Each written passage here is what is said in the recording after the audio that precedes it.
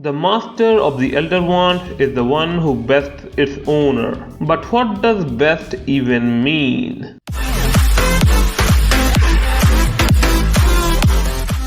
Hey guys, Cybergod here, and today we are going to talk about Voldemort and the confusing ownership of the Elder Wand. More specifically, we are going to be discussing a popular fan theory which suggests that Dumbledore was never the true owner of the Elder Wand. The Elder Wand was the first halo created, said to be the most powerful wand that ever existed, and can allow you to do the impossible, like mending other wands, or theoretically operating from Hogwarts. Throughout the Harry Potter series, we see its ownership change many times, which is critical to the story.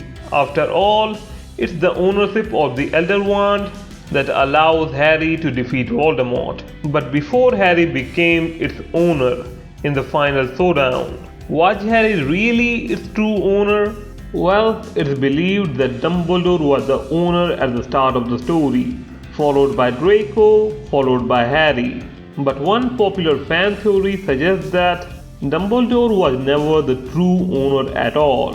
The main reasoning behind this theory is how the wand actually changes ownership. Normally, it is believed that one can only become the true master of the wand if they best the previous owner.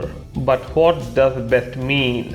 While it was originally suggested that besting a wizard meant defeating them, the story seems to suggest later on that besting can include an act as simple as disarming like Draco and Dumbledore. But is that really possible?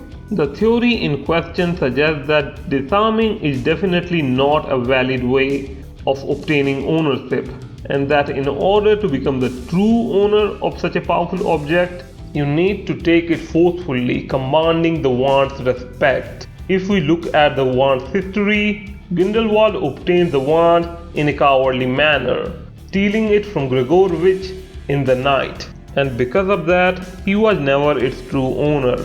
And as Dumbledore took the wand from Grindelwald, he was also never its true owner.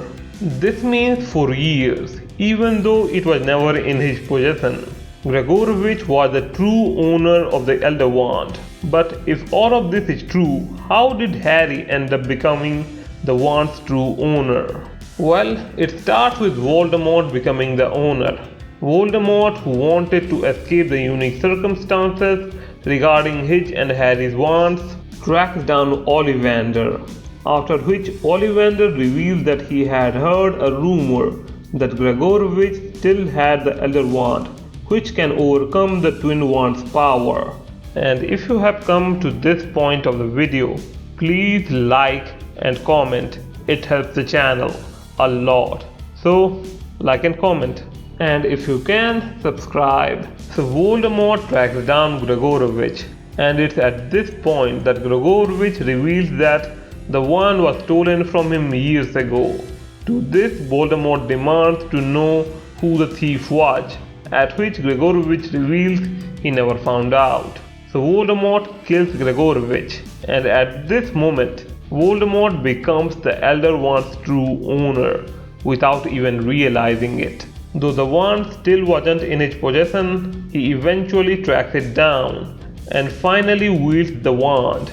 The only issue is that this fabled powerful wand is just not living up to his expectations. He tests it out again and again and believes that there is no difference between his ordinary wand and this powerful magical artifact. Heck, he even kills Snape to become its true owner.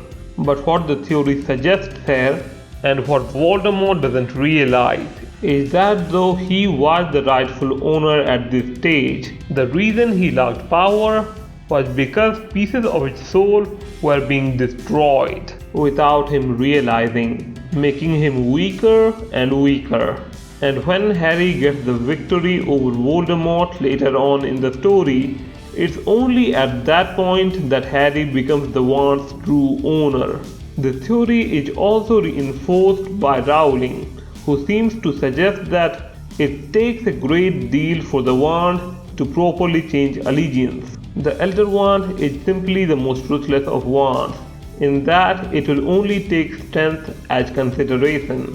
One would expect a certain amount of loyalty from one's wand. So even if you were disarmed while carrying it, even if you lost a fight while carrying it, it has developed an affinity with you that it won't give up easily on. If, however, a wand is properly won in an adult duel, then a wand may switch allegiance. However, the Elder Wand knows no loyalty except to strength. It's completely unsentimental. It will only go where the power is. So if you win, then you have the wand. You don't need to kill with it, but almost inevitably it attracts wizards who are prepared to kill and who will kill.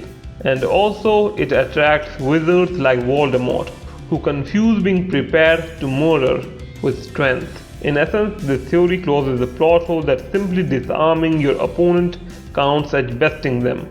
What do you think of this theory? And with that, the video has come to an end. So do remember to like, comment and subscribe. And Alvida.